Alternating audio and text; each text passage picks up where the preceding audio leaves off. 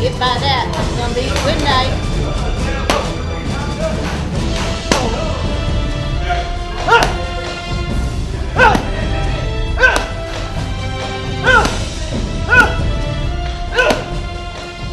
I want to put on the best performance I can possibly put on. Like I want to look like I told him I want to steal the show. So I want to be the only one talked about after that. Like, leash, that dude was, he was going crazy in there.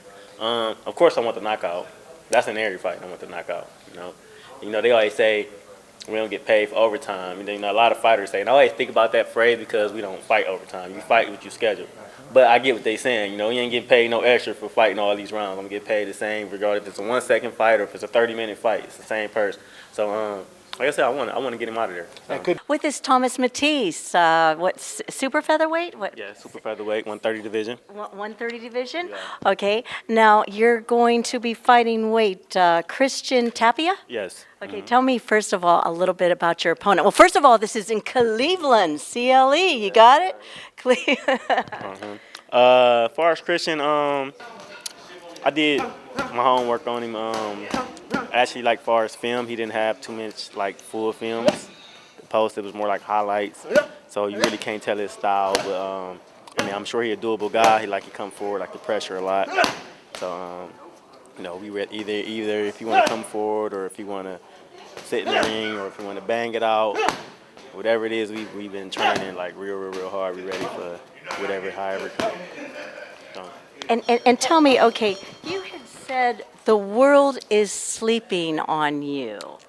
Now, tell me what do you mean by that? It's just a lot behind it because a lot of people don't know. I kind of pretty much fought my whole professional career with one hand. Really? I see that. So I just recently got surgery in December. So you got two hands now? I fought Isaac Cruz. I could have stopped Isaac Cruz. I fought Tank. I'm sure you probably familiar who the guy is. I could have stopped him. I had him hurt in the second round. My hands started going out, and it was kind of hard. We went to this. He won by 1 point. But, my hand here, I ain't never really get to perform at my best because I was always injured. I always fought probably 50, 60%. But now I'm 100%, so we going to perform beautifully.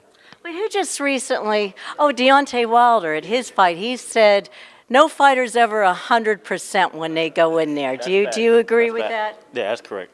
Yeah. You go through a lot of little injuries, even if it's a small injury like a little jam finger or thumb, or you might twist an ankle, or it's always just something. You don't really go into the fight 100%, healed, or healthy. It's always something. But as fighters, we get in there and we do what we got to do.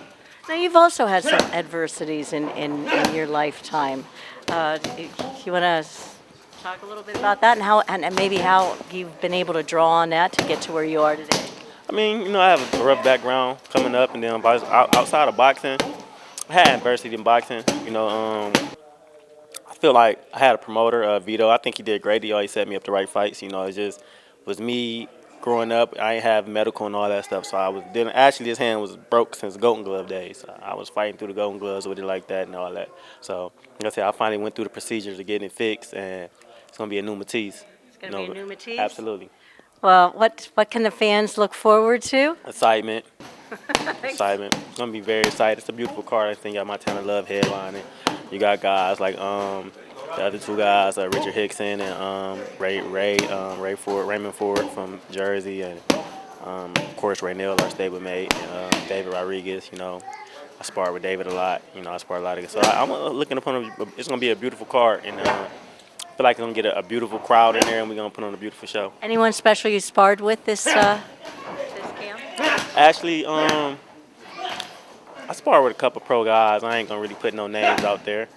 But yeah. But I always spar a lot of good guys, like even the local guys like Tiger and up-and-coming guys and the top amateurs, Golden Glove national champions. I spar with a lot of guys, But like Tiger Johnson? Yeah, Tiger Johnson. I done sparred with a lot of guys like through my career, from Adrian Bonner, Tigers, the Sean Poole. Tiger was just at the the Garden. Yeah, he came out. Yeah, it's crazy because, like, I don't know if you know who Charles Conwell is. He's an Olympian, the 2016 Olympian. But actually, Charles Conwell, me, Tiger, Raynell, Tanner, we all from the same gym. But our coach passed away, and we kind of all split, went separate ways. I mean, we still together, but the rest of them all kind of separate. Yeah, but we all from the same gym. Yeah. So it's crazy. This is going to be excitement. Everybody, get out, go to Cleveland, and it'll be broadcast on DAZN. So make sure y'all tune in again, November 12th. Oh, special shout out to my daughter because her birthday, November 12th, it'll be her first birthday. I'll be fighting, so I got to get that title for her. But yeah, that's going to be great. Oh, yeah, because maybe we can see her in the ring afterwards. Yeah. Absolutely. Have her dressed and ready to see Papa.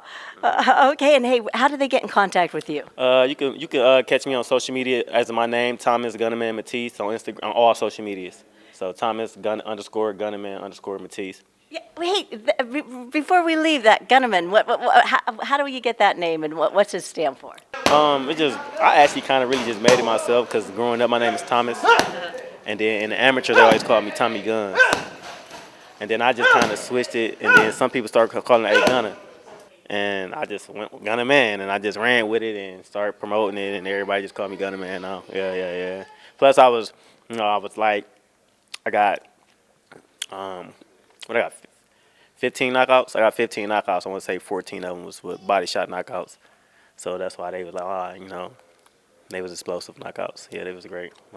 Probably gonna get one on the 12th. Well, maybe we'll get one this time. That's always excitement. Yeah, that's the crowd loves. Yeah, that's what I want. I want a great one on the 12th because I feel like it's a great opportunity. I feel like this fight happening because at the same time, Tristan Tapia, he's not with DAZN, he's not with Matchroom, but I guess they was in negotiations or whatever it might be, and they pretty much giving him the platform to look, you get through this guy, and you can get on. So I'm here to spoil the moment. A statement that's got to be made. Especially after I came off, I fought on ESPN back in September just went past, and they robbed me badly. Yeah. So now we here, we got it. So I don't want to leave it in the judges' hands. You never leave it. Emmanuel Stewart, you always said that you never leave it to the cards. You leave it to the cards, and yeah, you never know what's gonna happen. So if you can get, and don't get me wrong, it's not easy to just knock opponents out. It's very hard, but if you can get him out of there, get him out of there. Catch him. Absolutely. That's right. Close the game. I always like to see somebody who can close it. Absolutely. I'm great at that. You're good at closing? Yeah, well, that's excitement right there. Absolutely. Thank you. Appreciate y'all.